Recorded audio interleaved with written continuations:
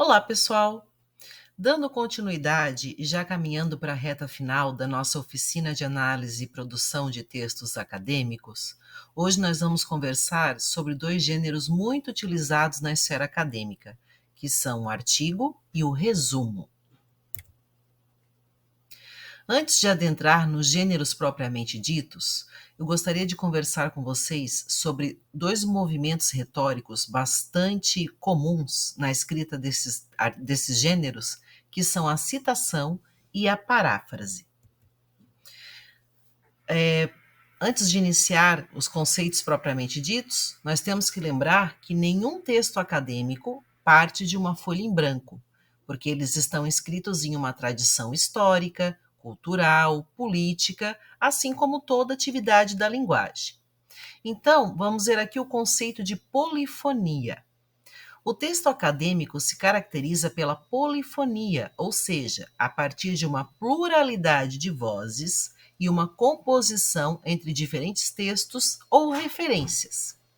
Os textos acadêmicos expressam múltiplos pontos de vista, sendo algumas dessas posições ocupadas por vozes de autores cuja expressividade dentro de uma área de conhecimento assume equivalência em termos de importância ou autoridade, são chamadas de referenciais, que são aqueles escritores, autores que são referência na nossa área de conhecimento. Ou seja, nós sempre buscamos intercalar o nosso conhecimento e aproximar o nosso conhecimento a essas teses, a essas fontes que são seminais na área de conhecimento. Sobre intertextualidade, temos que lembrar que ao escrever, frequentemente nos utilizamos de outros textos que usamos como referência. Pode ser em estilo, pode ser em conteúdo, ou pode ser no modo de apresentação e de estruturação do texto. A referência ela pode ser implícita, que é quando ela não é marcada, ou seja, não é dito, não é falado de onde vem aquela referência, ou ela pode ser explícita, que é quando ela é marcada, que é através da citação, é através da paráfrase, que é quando você diz a fonte de onde veio aquilo. As referências do texto acadêmico são outros textos, informados com clareza e precisão normativa, em movimentos de intertextualidade explícita, ou seja, nós precisamos sempre dizer a fonte daquele trecho, daquela ideia, daquele pensamento. Trata-se de recorrer ao dizer de autoridades para dar credibilidade ao discurso, ou seja, eu vou balizar a minha teoria, a minha ideia, em um autor seminal, em um autor de grande reconhecimento na minha área. Ou autores, né? Aqui eu trouxe como exemplo de intertextualidade um texto em outro tipo de modalização, que é um texto imagético, né? A imagem é um texto? Com certeza a imagem é um texto, nós já discutimos sobre isso. Então aqui nós temos a Mona Lisa, né, que é uma obra do Leonardo da Vinci, de 1503, que eu creio que todos já viram imagens ou já ouviram falar. E aqui nós temos uma releitura, a Mônica Lisa, do Maurício de Souza, criada em 1989. Ou seja, uma brincadeira ali que o Maurício de Souza fez entre a Mônica e a Mona Lisa. E aqui nós podemos claramente observar uma intertextualidade, são obras que se conversam. Sobre a paráfrase, antes de discutir o conceito da paráfrase, nós vamos analisar aqui duas possíveis manchetes para uma notícia que foi divulgada em agosto de 2022, quando foram apresentados os resultados do ranking das melhores universidades do mundo. Então vamos ver aqui as manchetes. A primeira, o Brasil tem 21 universidades no ranking das 1000 melhores do mundo, mas nenhuma entre as 100. E a segunda, o Brasil não tem universidades na lista das 100 melhores do mundo, mas 21 aparecem no ranking das instituições. Uma leitura apressada pode sugerir que as duas frases falam a mesma coisa. Elas possuem uma identidade de conteúdo, mas elas não possuem uma identidade argumentativa. Por quê? Porque uma delas destaca o que o Brasil tem e a outra destaca o que o Brasil não tem. A primeira dá um destaque positivo, enaltece, já a segunda coloca o foco sobre o desempenho negativo e diminui a importância dos resultados. Ambas descrevem o mesmo fato, Porém, existem formas diferentes de apresentarmos uma ideia, um conceito. Essas diferentes formas não dizem exatamente a mesma coisa, porque foram feitas diferentes escolhas linguísticas, que implicam em diferenças de sentido, né? E duas formulações textuais, elas podem guardar equivalência de conteúdo, mas não uma correspondência absoluta de sentido. Ou seja, você pode tentar dizer o que a outra pessoa disse, mas será que você vai conseguir dizer exatamente a mesma coisa usando outras palavras? Então, sobre a paráfrase, o que é uma paráfrase? Produzir uma paráfrase implica produzir um ato verbal de redizer um enunciado, com outras palavras, em outra estrutura linguística, porém conservando aspectos de conteúdo e, se possível, a força argumentativa. Ou seja, é tentar dizer a mesma coisa usando outras palavras. A paráfrase ela é construída sobre uma noção de equivalência relativa entre um enunciado de origem e um enunciado meta, né? O que eu li e o que eu quero dizer sobre, com semelhança de significados, mas ela nunca é uma semelhança completa ou absoluta. Então nós temos que ter o cuidado para não produzir, quando nós formos parafrasear um autor, não produzir distorções de sentido que possam ser indesejáveis ou até evitáveis. Já sobre a citação, as normas de citação estão ancoradas na norma técnica 105.20 ou 10.520, que define a citação como uma menção de uma informação extraída de outra fonte. As citações podem ser diretas ou indiretas. Direta, quando ela transcreve o texto do autor na íntegra. E indireta é quando a gente faz uso da paráfrase, ou seja, a gente recoloca a ideia do autor com as nossas palavras, mas eu preciso citar que de onde veio essa ideia, qual é a fonte dessa ideia? Sempre, mesmo na paráfrase. A norma traz dois sistemas de citação e referência, o sistema numérico e o sistema autor-data. O sistema numérico é quando você vai escrevendo e você vai colocando, por exemplo, coloca uma citação e coloca entre parênteses 1, na próxima coloca 2, depois coloca 3, e aí ao final, ou na nota de rodapé, você faz a referenciação. Esse sistema não é tão utilizado, o que nós utilizamos mais aqui é o sistema autor-data, que é como eu venho utilizando aqui nos slides, por exemplo, que é colocar sempre o autor e a data ao lado da citação ou da paráfrase. O emprego de citações diretas é recomendável quando reescrever o texto original pode ser arriscado por conta da sua precisão técnica, ou seja, quando você vai não se sente seguro para reescrever aquilo que o seu autor disse, ou o que ele disse é muito preciso, é melhor fazer a citação direta. Agora, quando a escrita não afeta a produção de sentido desejada, deve-se optar pela citação indireta ou paráfrase, em que as marcas de autoria são mais salientes, né? Isso dá mais autoria. Redizer é preferível a transcrever o que já foi dito, porque a atividade de paráfrase é sempre uma elaboração textual própria, ela é mais autoral, ainda que com ideia na base de outros autores. Ao citar, introduzir a citação no texto, seguindo a coerência local e global. A citação ela deve se encaixar no texto como uma luva e não como uma pedra e romper o fluxo textual. Então, sempre tentar amarrar essa citação no texto, né? Fazer essa, digamos assim, que essa citação caia como uma luva e não que você, interrompa o seu texto para colocar a citação. Você tem que fazer essa citação conversar com o seu texto. Nós vamos nos aprofundar em normatização acadêmica na próxima aula, que vai sair brevemente. Já vamos conversar sobre isso também.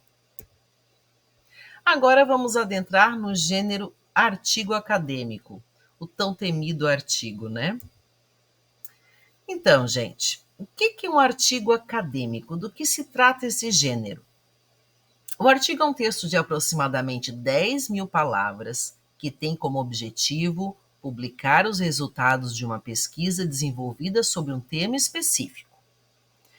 É o gênero textual mais conceituado na divulgação do saber especializado acadêmico e estabelece a comunicação entre pesquisadores, profissionais de diversas áreas, professores e estudantes de graduação e de pós-graduação. Lembrando, né, que a publicização dos resultados dos trabalhos desenvolvidos na esfera acadêmica é muito importante, não só porque contribui para o avanço da ciência, mas porque o saber, o fazer científico, ele é uma atividade social. Então, nós precisamos compartilhar as nossas pesquisas com os nossos colegas, com os nossos pares, inclusive para validar, às vezes, os nossos resultados, né? Há artigos de revisão teórica, artigos científicos empíricos e artigos experimentais e empíricos, que são os mais utilizados na esfera acadêmica. Vou falar aqui brevemente a diferença entre eles.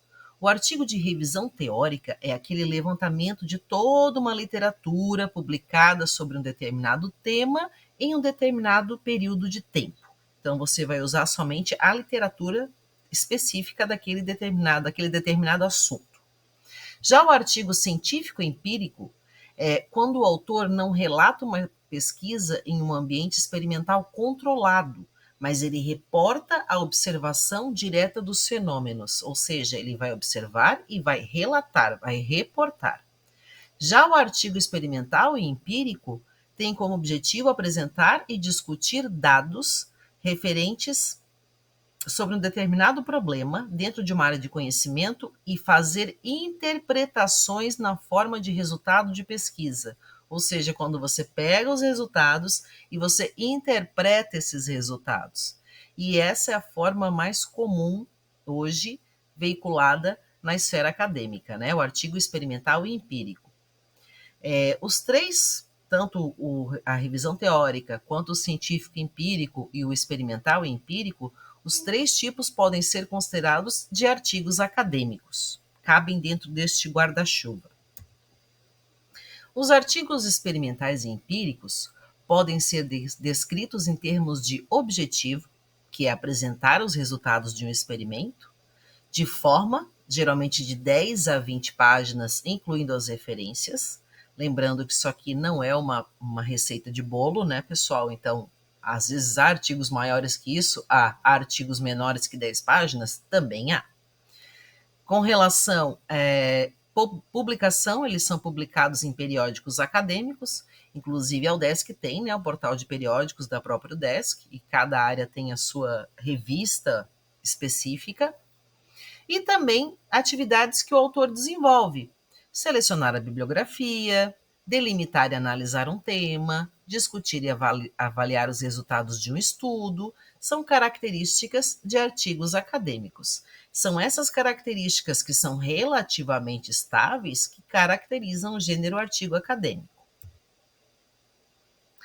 Produção de artigos acadêmicos. Nós temos uma norma específica para o artigo, que é a NBR 6022, ok?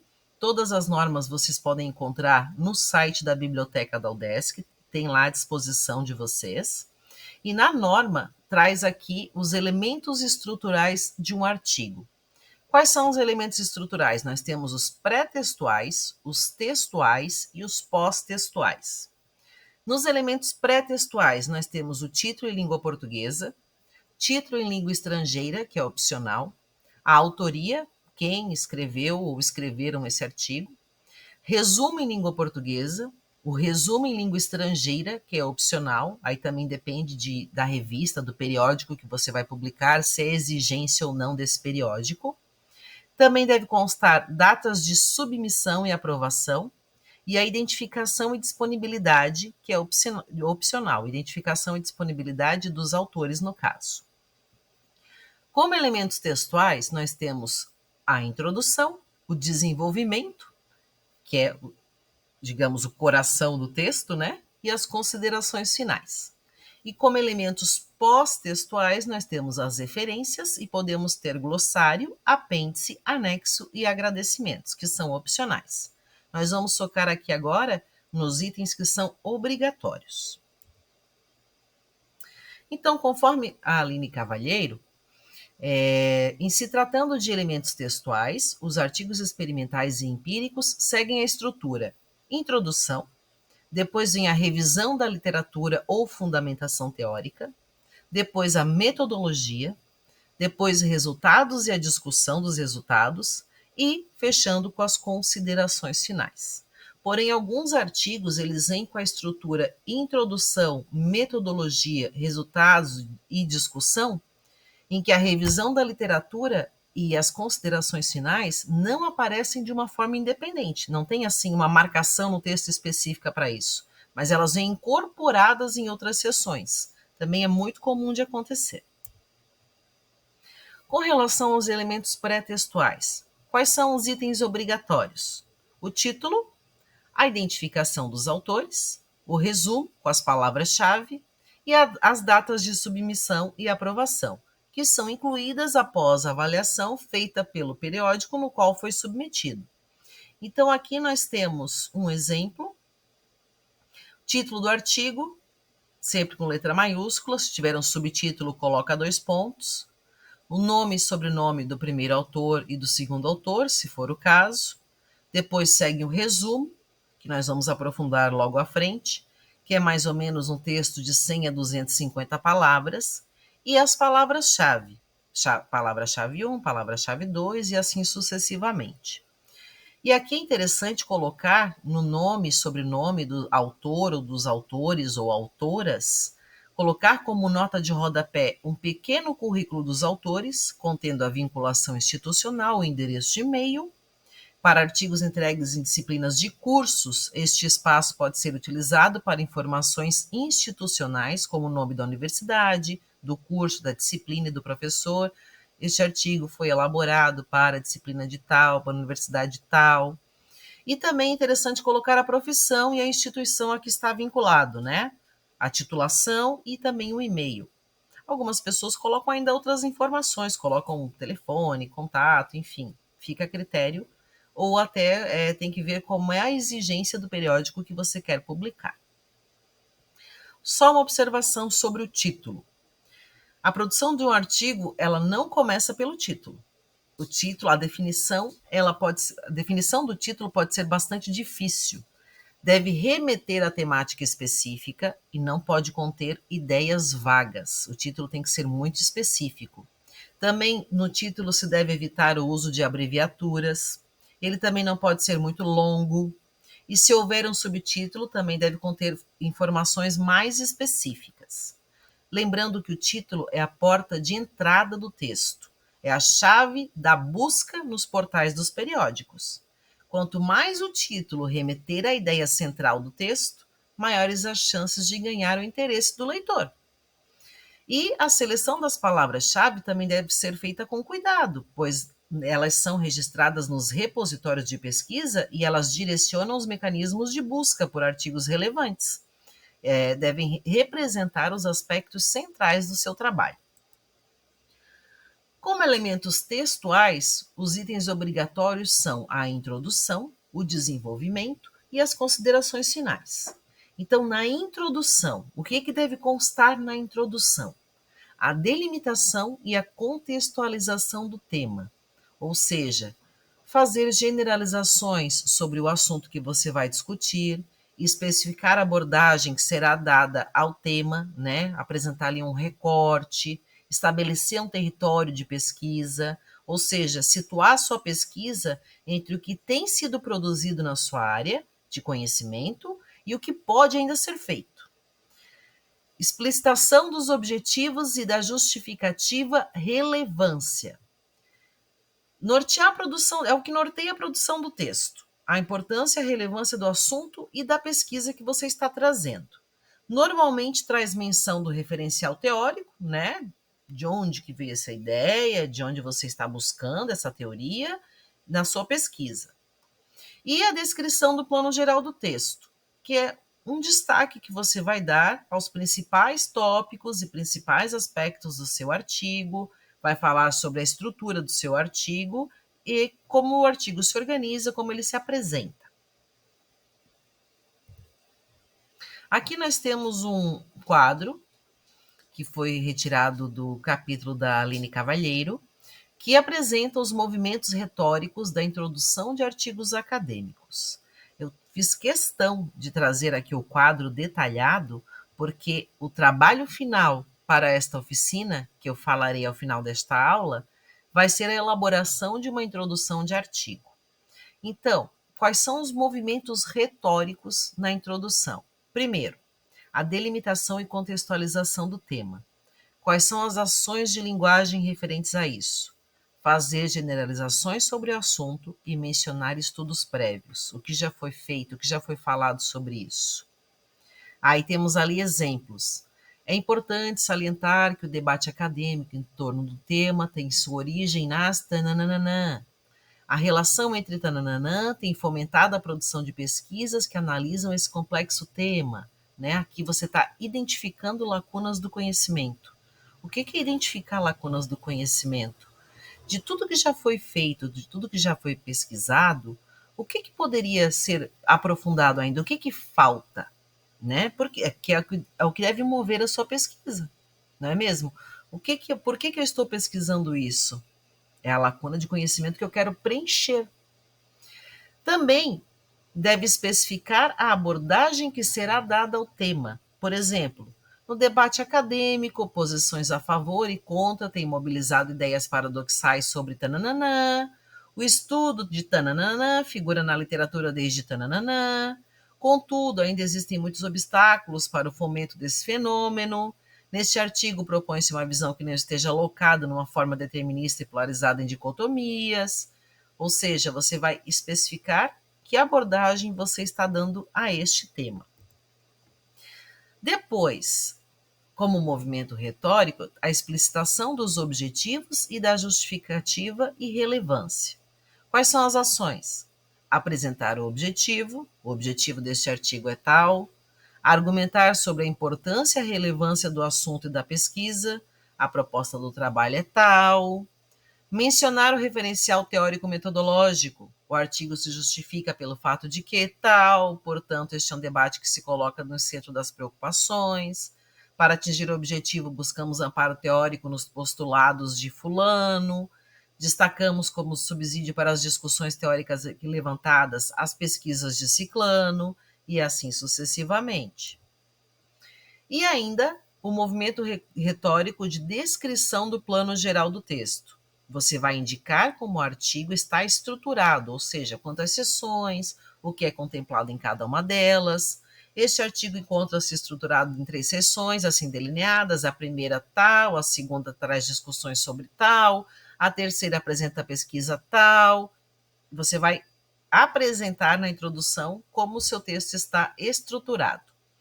A introdução, ela apresenta um território, né? Apresenta do que você quer falar e como isso se relaciona com a sua área de conhecimento. Na sequência, estabelece um nicho, ou seja, nesta pesquisa eu vou me aprofundar neste ponto, e depois você ocupa esse nicho. Eu vou me aprofundar neste ponto através desta forma e desta forma, fazendo isso e aquilo. Você parte de um âmbito mais geral para um mais específico, ou seja, começa lá em cima e você vai afunilando na introdução. Esse é o movimento do texto, do geral para o específico. Agora vamos para o desenvolvimento do artigo. Feita a introdução, vamos ao desenvolvimento. O desenvolvimento envolve sessões que tratam da revisão de literatura e da fundamentação teórica, da metodologia utilizada na pesquisa e da análise dos resultados da pesquisa. Em termos de conteúdo, essa é a parte principal do artigo. É a parte que apresenta também maior variação na forma como ela é organizada. Portanto, a gente não vai conseguir aqui detalhar os principais movimentos retóricos, porque eles variam muito para cada área de conhecimento, para cada tema, né? Muito relativo. Mas vamos dar pistas aqui sobre como proceder. Então, conforme a Cavalheiro, a revisão de literatura, fundamentação teórica, é o momento em que situamos o nosso trabalho, pois ao fazer referência a conhecimentos já produzidos, o autor delimita estudos seminais e discute questões relacionadas ao estado da arte. Esta pesquisa, em que ponto ela está? E os autores que eu fui me aprofundar, que eu selecionei para balizar a minha pesquisa. É comum apresentar uma ideia e comprová-la com trechos da obra em análise ou afirmações de outros estudiosos sobre o tema, para você validar o seu ponto de vista, né? Você nunca fala nada no vazio. Você fala através de referências que você leu. Quando você cita alguém, um autor, você está avaliando. A citação, direta ou indireta, sempre deve vir acompanhada de comentários, de problematizações, de concordâncias ou discordâncias. Só citar alguém por citar não faz sentido. Você vai citar justamente para comentar aquilo, né? Ou para concordar, ou para problematizar, ou para discordar. E assim, este é o movimento. Ainda são mais frequentes em artigos os três movimentos retóricos, são mais frequentes, ok? Fazer generalizações do tópico, né? Falar sobre aquela área de conhecimento de uma forma em geral, citar pesquisas prévias, o que já foi estudado sobre isso, apresentar aspectos relacionados à pesquisa atual. Agora, naquele momento, como é que está a pesquisa? Sobre a função desempenhada pelos verbos de citação na seção de revisão da literatura, nota-se que alguns verbos são mais avaliativos do que outros. Por exemplo, quando eu escrevo fulano diz que, eu estou fazendo referência a uma pesquisa prévia de uma forma mais neutra do que se eu dissesse fulano sugere que.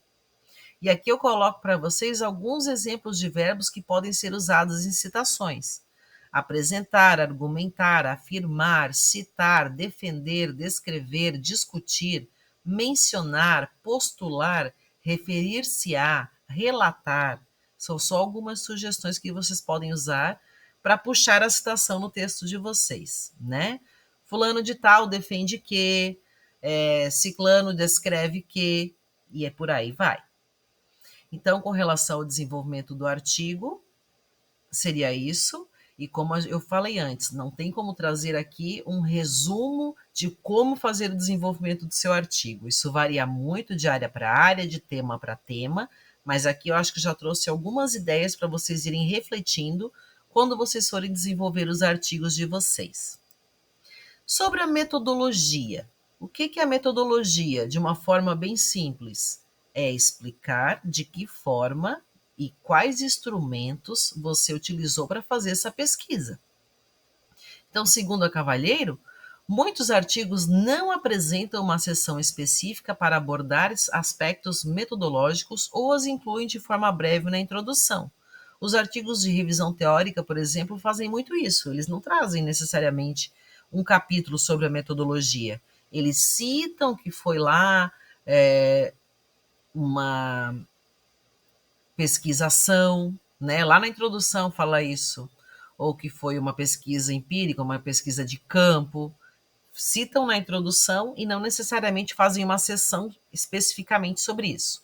Já para as áreas, geralmente, mais de saúde, biológicas, é importante descrever detalhadamente a metodologia, porque dependendo da forma que você está coletando o dado, isso interfere diretamente nos resultados que você vai obter. Há sempre a escolha por um método de investigação em qualquer pesquisa, que vai direcionar os passos e procedimentos a serem adotados pelo pesquisador. Essa abordagem metodológica deve ser explicitada na seção de metodologia do artigo, quando tiver, incluindo uma apresentação sobre materiais e métodos e descrição sobre os procedimentos de coleta, geração e análise de dados. Então, como é que você fez essa coleta? Como é que você coletou esses dados? Ok? Aqui nós temos uma síntese da organização da seção de metodologia. Então, primeiro, especificação sobre a natureza da pesquisa ou método. Que tipo de pesquisa é? Que método é? Descrição do corpus ou dos participantes da pesquisa. O que você está pesquisando? Ou se for uma pesquisa com pessoas, qual a idade, qual o contexto dessas pessoas, né? Descrição dos materiais, instrumentos e ou procedimentos utilizados na coleta e geração de dados. Se você aplicou questionário, depende do que você está pesquisando, né? Se você utilizou uma muda, uma folha, uma semente, isso aí pode ser muito variável. E aí a descrição da análise dos dados, que é a especificação das categorias ou diretrizes da análise, como é que você está fazendo esta análise, qual é a sua premissa, de onde você parte para fazer essa análise. É importante deixar isso claro para o seu leitor. Já com relação aos resultados e à discussão, a sessão de análise e discussão não se limita à simples apresentação dos dados ou descrição dos fatos verificados, mas a uma discussão em que se destaquem pontos a serem interpretados.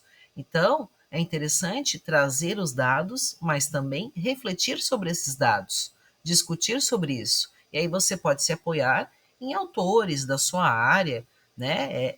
É justamente esse o movimento da escrita acadêmica.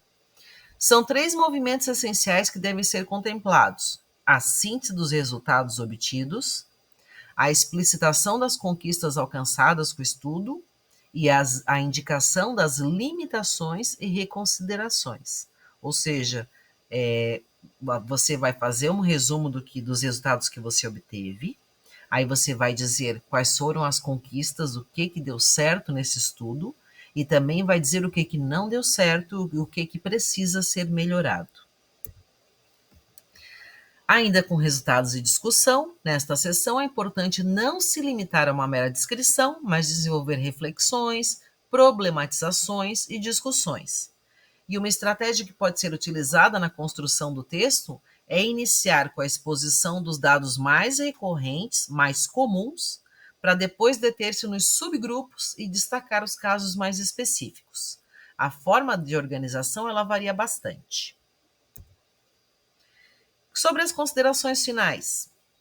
Segundo a Cavalheiro, as considerações finais nem sempre aparecem como uma sessão independente, né? Elas podem vir atrelados ali aos resultados e discussões. As reflexões desenvolvidas como conclusão devem estar articuladas aos objetivos do trabalho e ser coerentes com os procedimentos metodológicos e com os resultados apresentados. Claro, você traz um resultado X, você não pode concluir Y, certo? Além dos principais resultados, é importante que se assuma uma postura crítico-reflexiva frente ao corpus pesquisado, síntese das principais descobertas, qual a significação disso para a sua área de conhecimento, quais são as implicações teóricas, quais são as contribuições e quais são as lacunas, ou seja, o que ainda falta. Para Motterhoff e Endes, se na introdução do artigo parte-se do âmbito mais geral em direção ao específico, nas considerações finais é o contrário. Parte-se do específico da pesquisa para apontamentos mais gerais, então é o movimento contrário, sobre os avanços produzidos ou sobre as limitações e lacunas percebidas no campo do conhecimento. Nós temos também os elementos pós-textuais, ou seja, terminou a fundamentação, a análise e as considerações sobre a análise, você vai para os elementos pós-textuais, que são referências, glossário, apêndice, anexos e agradecimentos. Desses itens, apenas as referências são obrigatórias. Então, as referências elas devem ser elaboradas conforme a NBR 6023 da BNT. Falaremos mais especificamente sobre isso também na próxima aula. É possível usar gerenciadores de referência, como o Mendeley e o Zotero. Não tenho grande conhecimento sobre isso, mas muita gente usa e aprova. Deem uma pesquisada, deem um Google sobre isso que vocês vão usar bastante. O glossário, o que é o glossário? É uma lista em ordem alfabética de palavras ou expressões técnicas de uso restrito, acompanhadas das respectivas definições. É como se fosse um dicionário personalizado para aquele artigo, né? Já os anexos são documentos utilizados no estudo e que não são elaborados pelo autor do artigo. Já os apêndices são materiais elaborados pelo articulista. Essa é a diferença. E os agradecimentos constituem um texto em que o autor agradece aqueles que contribuíram para a elaboração do artigo. Se ele trabalha para uma agência de fomento, para a CAPES, também é o momento de agradecer, se recebe a bolsa, aquela coisa toda, aquela formalidade, né? Mas lembrando que também o agradecimento não é obrigatório, a não ser que o periódico que você vai mandar cobre esta sessão. Sempre muito importante, se você vai escrever um artigo especificamente para um periódico, sempre leia quais são as diretrizes de publicação, ok? Isso aqui nós estamos tratando dos elementos do artigo conforme a norma da ABNT, mas para os periódicos, além de seguirem a norma, eles também podem ter outras especificidades, que se você não cumprir, você não terá o seu artigo aprovado. Sobre o artigo, seria isso. E agora nós vamos discutir o gênero resumo ou abstract. O que é um resumo abstract? O resumo é usado para avaliação e submissão de trabalhos em congressos, seminários ou conferências ou acompanhando textos mais longos, como artigos, dissertações e teses, com padrões específicos de organização retórica. Quando ele acompanha textos maiores, o abstract resume as informações do texto mais longo, permitindo um rápido acesso de conteúdos aos leitores desse texto.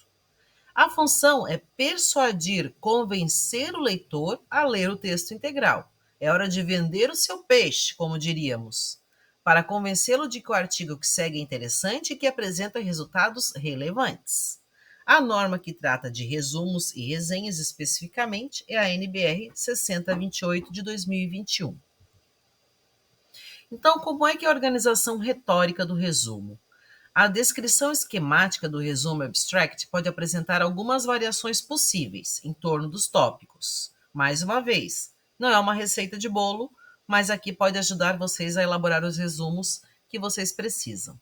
Então, primeiro você vai definir o problema, depois você vai estabelecer um objetivo, vai descrever o método que você utilizou, vai apresentar brevemente os resultados e vai dar uma indicação da conclusão.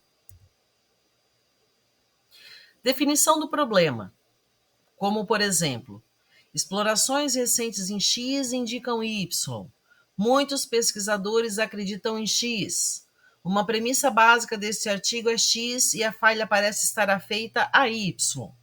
Com relação ao objetivo, você pode dizer, por exemplo, neste trabalho pretendemos X. Este artigo relata uma pesquisa sobre X. Este trabalho explora Y. Este artigo discute X. Na hora de apresentar o método, você pode falar, por exemplo, em primeiro lugar, analisaremos X, em seguida examinaremos Y. Na apresentação dos resultados, os resultados da pesquisa incluem indicações de X, por exemplo, e na conclusão, as conclusões alcançadas referem-se a X, o trabalho argumenta que Y. Perdoem ali o erro no slide, já vou corrigir. Mas são esses movimentos que você pode fazer para elaborar o seu resumo, certo? E agora nós vamos falar sobre o trabalho final desta oficina, pessoal. Como trabalho final, vocês vão elaborar a introdução de um artigo acadêmico que converse com a sua área de conhecimento. A ideia mesmo é que vocês já utilizem a introdução deste artigo para um artigo que vocês realmente possam utilizar, possam publicar, ou até um artigo que seja para alguma disciplina da graduação, né? Fica a critério de vocês. Mas, retomando, somente a introdução, ok? Vocês vão observar os passos considerados na elaboração de introdução de artigos, que estão nos slides 16 a 20, e a partir dos exemplos que foram dados, vocês vão escrever a introdução de um artigo que você tem interesse de aprofundar para a posterior publicação em um periódico. Ou, se for também para o caso, de entrega de disciplina para alguma disciplina. Este texto vai ser apresentado em uma aula síncrona a ser agendada no Moodle, ok? Esta semana nós precisamos encerrar a oficina, porque semana que vem vocês já estão em recuperação. Então, até o final desta semana, estará lá agendado esse momento de apresentação dessa introdução que vocês vão elaborar, que será o fechamento da oficina. Então, eu não vou deixar nesta aula atividade, lá no módulo de atividades, não vou deixar tarefa, porque esta é a tarefa, já pensar nesta introdução deste artigo, ok? Conto com vocês, esta semana estaremos finalizando a oficina, já em reta final. Ainda teremos mais uma aulinha somente sobre normatização de trabalhos acadêmicos, que até a metade da semana estará disponível para vocês na plataforma. Um abraço a todos, obrigada pela companhia e pela atenção.